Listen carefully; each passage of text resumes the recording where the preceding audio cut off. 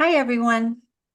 So today we're going to talk about Pleiadians and ETs, and we're mostly focused on the book from Barbara Marcinaik, Bringers of the Dawn, where she channels the Pleiadians. And a lot of us have already, listened to the book. It's free on YouTube. There's like a 2 hour and 47-minute version of her book that she channels directly, so you can feel her presence and her energy through the audible. It's really cool. And what I wanted to share was I wrote down all the practices at the end of the book. She really shares how to raise our frequency so that we can, like Rodney said, to step into that higher consciousness realm of energy and awareness and healing. And what was really interesting about it is the practices are so much of what we're already doing. It's the golden pillar of light that we talk about, we've learned from different modalities. I learned it from the Barbara Brennan course. The pillar of light is super important. And so with the Pleiadians, the main, I won't do any spoil alerts by the book, but they talk about that the energies are here, they're among us. ETs have been a part of our collective consciousness, in human form, channeling through us. They show up in the sky. They've been showing themselves to us slowly. And, they want to do this slowly because when they do show up, their worry for us is that we're going to start shooting bombs at them. And those bombs are going to come back down to earth and only hurt us. So there needs to be this, an awakening to their presence and being able to see and connect and talk. And the Pleiadians, the only experience that I know of consciously that I have had with the Pleiadians is Ho'oponopono, which Ialiaklis said that he was given to the Hawaiians thousands of years ago, to the kahunas, by the Pleiadians. And so he shared that he experienced that when he went to Mount Shasta and had a meditation experience. When he went, the meditation took him under the earth, where he met a bunch of light beings, and a light being came up to him with a plastic pad and a paper and asked what he was there for. And he said, "Oh, I'm good. I work with Ho'oponopono." And they said, "Oh, you work with the Pleiadians," and took him to another room and put him through a vortex, a portal, and he ended up with the Pleiadians. And if you do some research on the Pleiadians, it's a cluster of stars. It's 7 stars. And if you look at the Orion's belt, the belt kind of goes up and it points up and makes a turn. And there's that Pleiadian cluster of these 7 stars. And what's interesting is Billy Carson, who is we were just talking about, is he's a genius, basically, and he has his own YouTube channel, and he's written the book called Emerald Tablets, for beginners, which is from Thoth. And Billy and other architects have been studying for decades the Sanskrits and everything written in the walls and original writings. And even there, you will find information on the Pleiadians in the pyramids. It shows the star cluster embedded in the pyramids and how they came to Earth and what they did for humans and how they're helping humans. So, I mean, they're all over the place. And my sense is the reason that we're hearing so much about the Pleiadians is they are our future selves, which they do share in this book. So they're the closest to us with frequency vibration, that they can connect to us, we can hear them, we can connect with them. Whereas the Arcturians, who are in alignment with the Pleiadians, are a higher frequency being, much higher. So they're not as easily to connect with, but they are here, as well as the Pleiadians, to help us develop our consciousness, to develop Mother Earth, to help her with her ascension, and all sentient beings to be affected by Mother Earth's raising of ascension. And then that in turn affects all consciousness, all planets, stars, galaxies, and universes. So the goal of humanity is that we step into our healing of ourselves, Mother Earth, and all sentient beings. And this is something we already know. That's what we're here for. That's what we're doing. It's just interesting to hear it from a different perspective. You know, it's fun. It just makes it fun. And like anything that we dive deep into, it's just fun. You know, I take it all with an air of a graceful skeptic, as Tom Campbell calls himself. And he says to everybody, be graceful skeptics. Don't believe anything, but be open to everything. You know, and when you believe something, only believe it at, like the things you really, really believe, only believe at 99%. So you leave a little bit of opening for new wisdom, right? And so we have to stay open. And so one of the things that they talk about that I thought was so interesting and I wanted to share was they talk about in this book, she talks about the chakra system. And science says there is 12 dimensions. They've proven it now. That is not an unknown. In the book, the Pleiadians, they channeled this, I think in 97, Rodney. Does that sound right?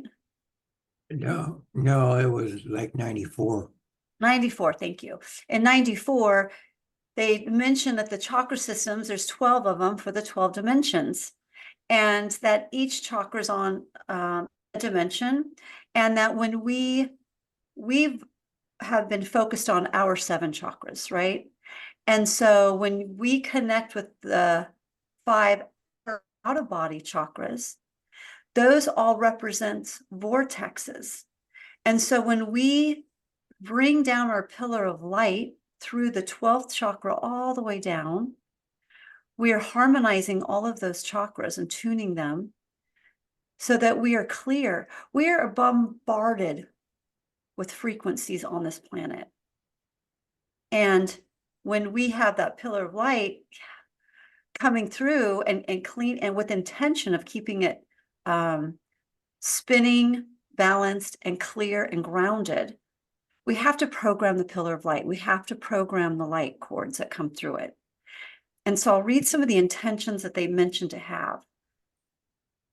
But what I was doing before and what I shared with y'all is to bring down that pillar of light, expand it so it's outside of your body, and to open and spin your 5 chakras in your body. So now we're just bringing it down through all 12. And so this is what she says in the channeling. Every day, call your pillar of light into your body. Command it to operate with a coordinate of light, to fill it with protection energy, and to charge you.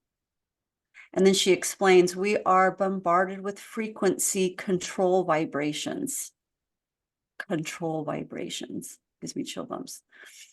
And that we want to program this pillar of light and the cords of light to keep us clear, because we fluctuate during the day through all these different frequencies that are in and out, which is everything we talked about when I said make your pillar of light every morning and make your shield of protection. This is to keep out those lower frequencies, so to keep us harmonized.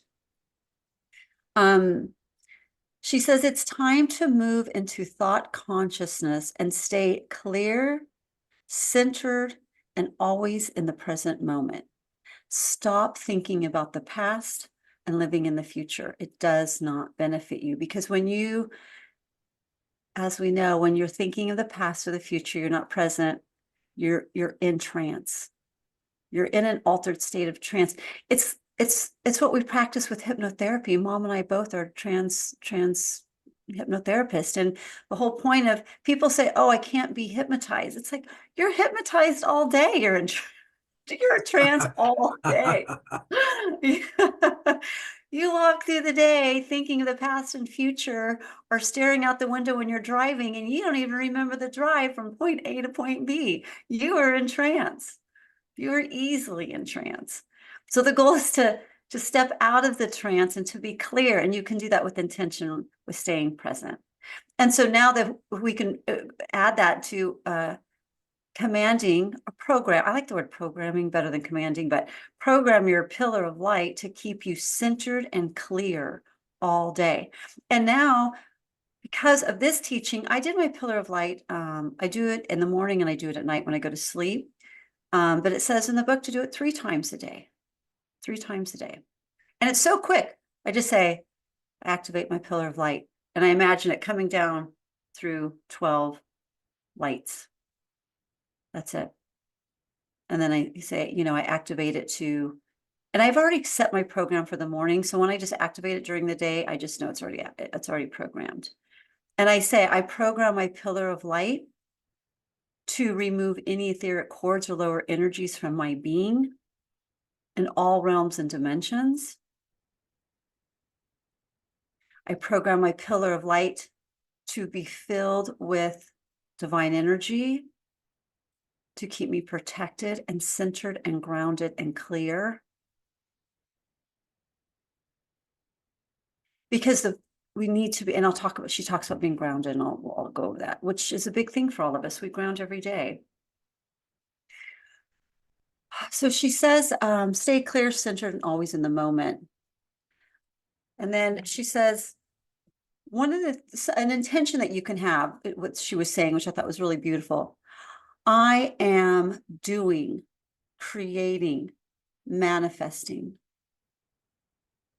That's you in your now moment. So you're saying, I am doing, creating, manifesting. I like to say I am a perfect and clear channel of love, truth, and healing. That's my daily intention. I am in divine guidance. I am always at the right place at the right time. I love that. That way, no matter where you're at and what you're doing, if you accept it as being divinely guided, everything is okay.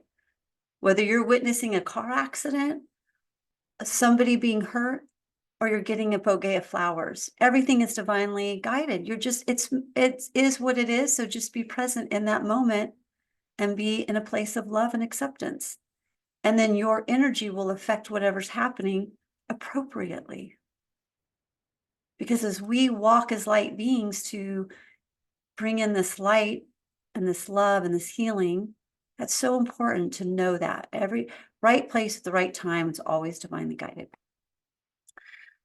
Everything is orchestrated for my higher growth, my higher consciousness, and my higher evolution.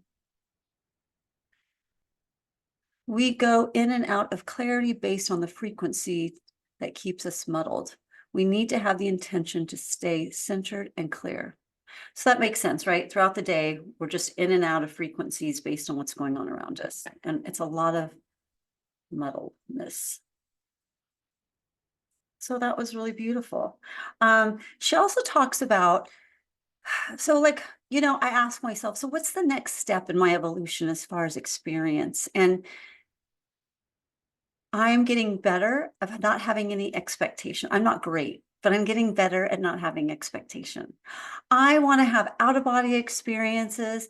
I want to step in my Merkaba and travel the universe and fly with big energetic butterflies. I mean, I want it all. And because I know it's happening for people, I tend to be like, me. But I'm in line. But through meditation, I can keep a light heart about it and not feel oh, why not me? I'm not worthy. Because I get little pecks of that ego, of that insecurity. That's my cross to bear in this lifetime, is the self-worth issue, that why not me? That is my thing. And so I'm so much better, but it comes. It's like these little ding, ding, ding. And I just thank you, God, for Ho'oponopono. Dear my inner child. Oh, you feel like you need that too? Well, why don't we look at that person with so much love for them on where they are in their journey and congratulate them for where they are, and just think, yes, I'm so grateful that they're just walking the walk, and I can just feel so much celebration with them. And I do that now 80% of the time versus 40% of the time of the woe is me. Oh my God. So it's a process. But I share that because this next step is more about this this more awakened consciousness, and it's beautiful and it's fun, but take it with grace. So she says one of an intention that you can do is call in the Merkaba. You call the Merkaba to you. The Merkaba, for those that don't know, is a light vehicle that is, people see it as different ways. I kind of imagine mine as like a sphere of light with all of these lines through it and symbols all around it, and it's programmed and it's connected to my consciousness. So if I just think of somewhere, it's going to go there. And so your consciousness steps into this Merkaba, which is a light vehicle.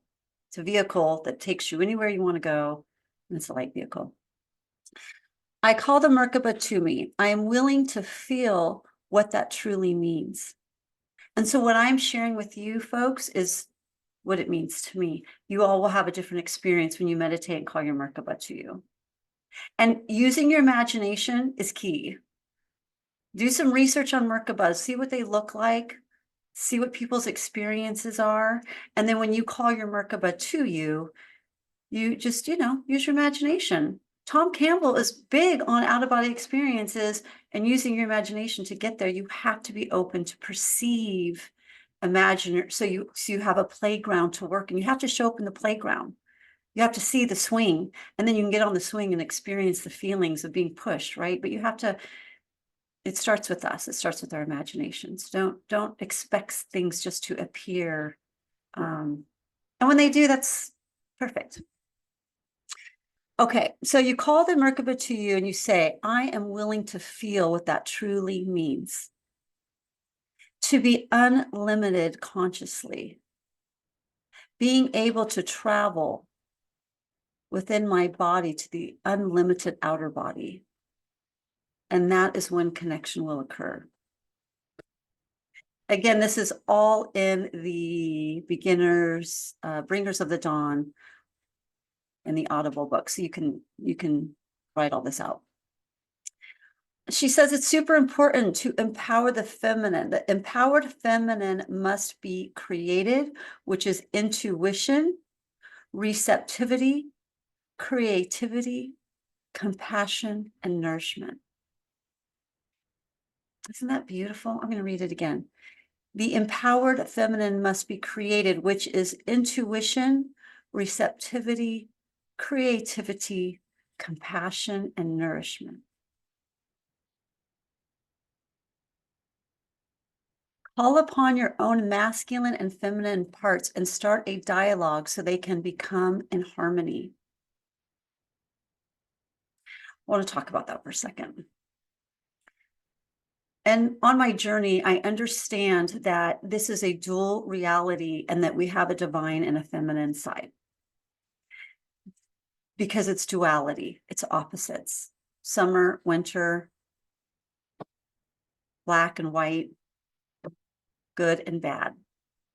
This is the duality matrix that we chose to come into and experience. Because we are source, a fractal source having a human experience.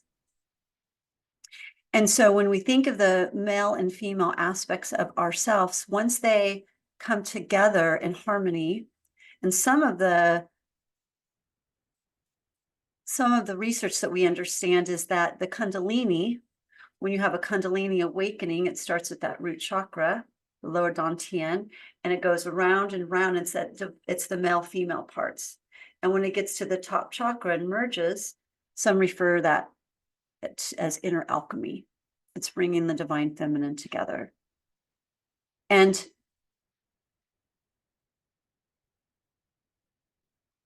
it's a high state of awakening to experience that inner alchemy of combining the male-female. And I can share some videos on that too, if you're interested to make that happen. So when Barbara talks about that, she's basically saying, okay, here we are as this divine feminine. We want to bring in this energy of intuition, receptivity, creativity, compassion, and nourishment. That the male aspect, I don't even know what that looks like. If I look at the world that we're in today, I would say it's about power and control and competition. Those are the three words that come to me when I think of the masculine energy. And so again, we're in this duality reality. So we need both. We need both. I'm so grateful for my husband and his thought process and how he can fix anything and how he can like take form and put it together and he can find anything. And he's super intuitive. It's amazing. He's very connected with his feminine side. And I tend to be more on the masculine side. I'm controlling, I tend to, I get, growing up, it was important to me to do things right and to do it well and to dive fully into something and to know it to the end. That's more that masculine side, that thinking side. Whereas that divine feminine is just being so present and in love and knowing everything is perfect as it is, not really needing to know the why because everything is perfect. It's beautiful. I'm a creator. What do you want? What do you need? I got you. That's that feminine. That to me is that divine feminine side. So I love what she says about talking to both, bringing them together and having a conversation.